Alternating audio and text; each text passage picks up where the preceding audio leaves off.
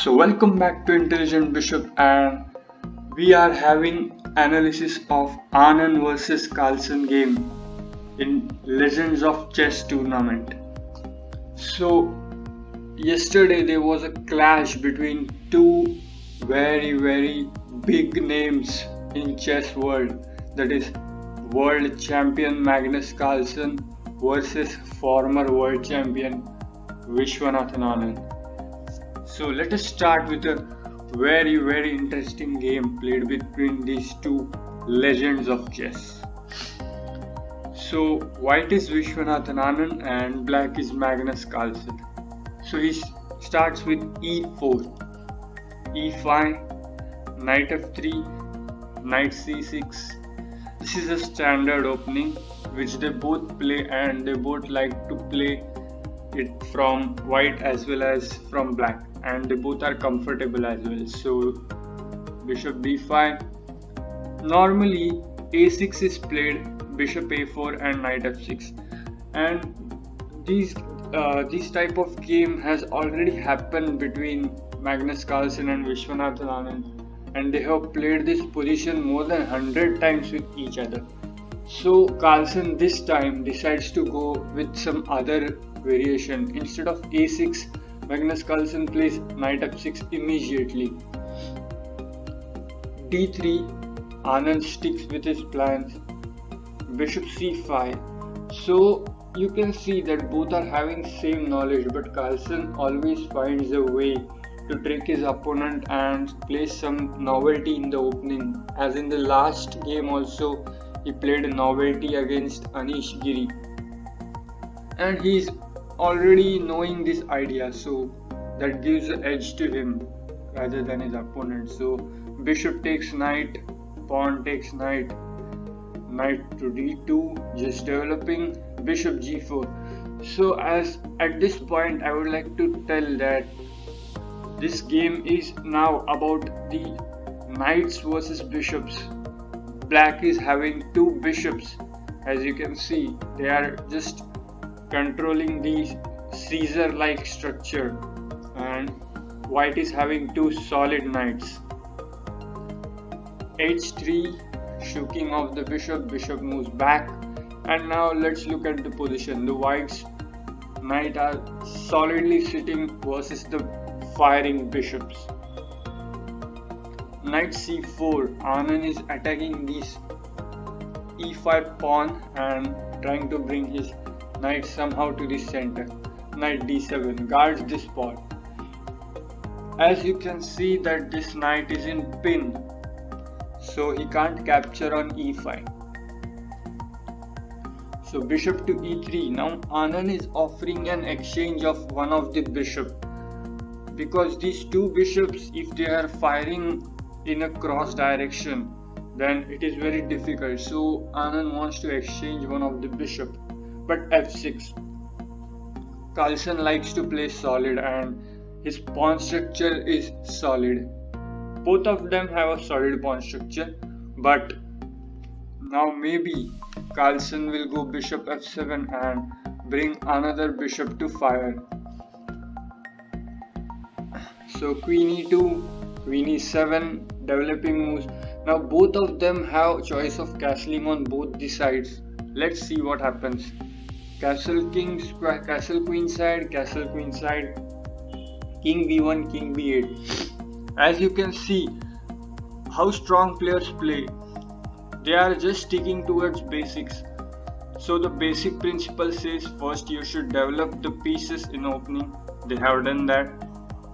King's safety is the second point. Both have made their king safe. Third is bringing your queens and rooks into the open lines. They have done that. So they have ticked all the boxes of great players. Knight d2, bishop b6, knight c4, bishop c5. Now in the game of chess, if you repeat 3 moves exactly from both the sides, then it is a draw.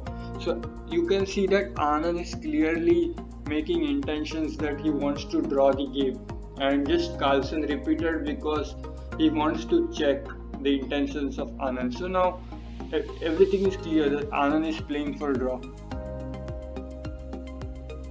So G4, but Anand is the first player to break this reputation. So now Anand is trying to push for a win.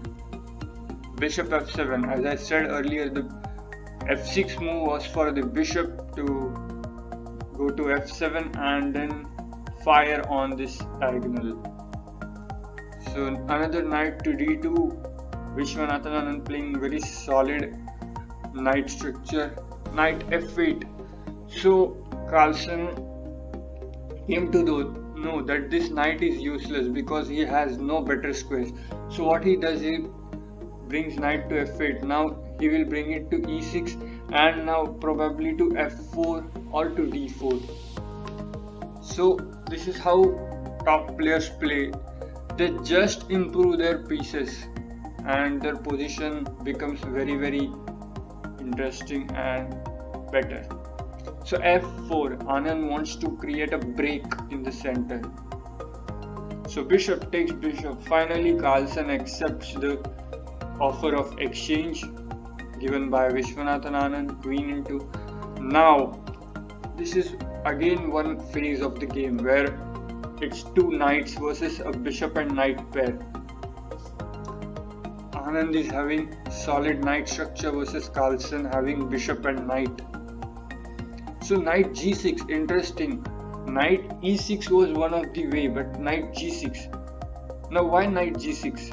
Because if knight e6 is played, then this pawn will die. Pawn takes and knight takes e5.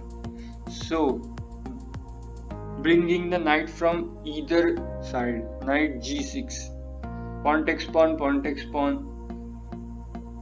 Just both of them are removing the pressure from the center. Rook to f1, bringing the rook to open file. Bishop e6, queen g3, rook f8. Now there is a small tactic. If you want, you can pause the video and try to identify this tactic.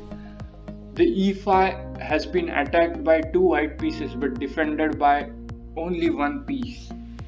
The tactic is if knight takes knight, knight takes pawn, knight takes knight, queen takes knight and bishop takes a2 check and the queen will go. So Magnus Carlsen is tactically defending this pawn and Anand is also a great player, so he must have saw this, so he must have seen this. So knight e3. Now Viswanathan is eyeing for knight f5, improving the position of his knight.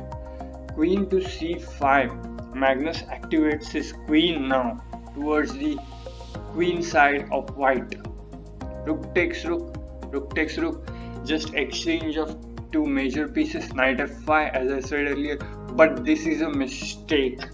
So if you want, you can stop the video and see a short tactic, and Magnus spots it instantly and plays bishop takes a2, winning a pawn. King takes a2, queen f8 check, and after king b1, queen takes d2, and black is simply up a pawn and he's winning. But the question is, will he be able to convert it? So now let's see if white recaptures knight takes g7, what happens. There is a superb attack for black. Rook to f2, attacking this c2 square. If white defends with rook c1, rook to g2, he will start troubling the queen. Queen has only one square to go, that is f3. After queen f3, knight f4, choking the queen. Now if knight h5, he is trying to free up his queen, but now rook f2, again attacking the queen. And if queen g3, then there is a superb tactic. Queen into c1 check, king into c1, knight e2 fork, attacking the king and queen simultaneously. And if king moves to d1, knight takes g3, and black is completely winning. So Anand must have seen this. So he played h4, simply trying to create some counterplay on the king side. So rook f7. Now Carlsen defends this g7 pawn. h5, knight f4, g5, a5. So now you can see that the white king is weaker than black's because black's queen has already transferred to the queen side and he can start attacking now with a5. So knight e3. Now Anand is trying to bring some pieces towards his king to defend, but queen b4, knight c4, a4. Magnus will just try to attack the king as it's weak. g6, pawn takes, rook f6, rook h8, king a7. Now this is a very important point of a game. Till now the position is equal. Nobody has done any mistake, but unfortunately Anand makes first mistake. As you can see, queen is controlling the e1 square and stopping black's queen from entering into white's territory. But now Anand plays queen to g4 and allows this queen e1, which is very devastating. But Magnus first takes this pawn. I don't know whether it's good or bad, but this is surprising because queen e1 is lost. Queen e1 check, king a2, knight into d3, a piece sacrifice, and if pawn takes pawn, rook f1, and there is a mate on a1 which is unavoidable. So I don't know why queen e1 was not played. But okay, knight takes g6. Now the position is again equal because both have done one mistake each. So rook e8 played by Anand, which is again a mistake. Instead he could have played queen g1 and given a check and controlled the 8th rank, that is the first rank for white. As you can see, the queen is avoiding the black's pieces from entering into white's territory. But rook e8, and after that the game ends in a very short period. Queen e1 check, king a2, rook f1. Now there is a mate on a1, so king a3 trying to escape, but c5, and there is no escape square for white king, and queen a1 is a forced checkmate. So Anand resigned in this position and Magnus Carlsen won the game. So I hope you understood the analysis, and if you like our video, please subscribe to our channel. We will be bringing out all the games based on Legends of Chess tournament, and all the interesting games will be analyzed on our channel. So thanks for watching.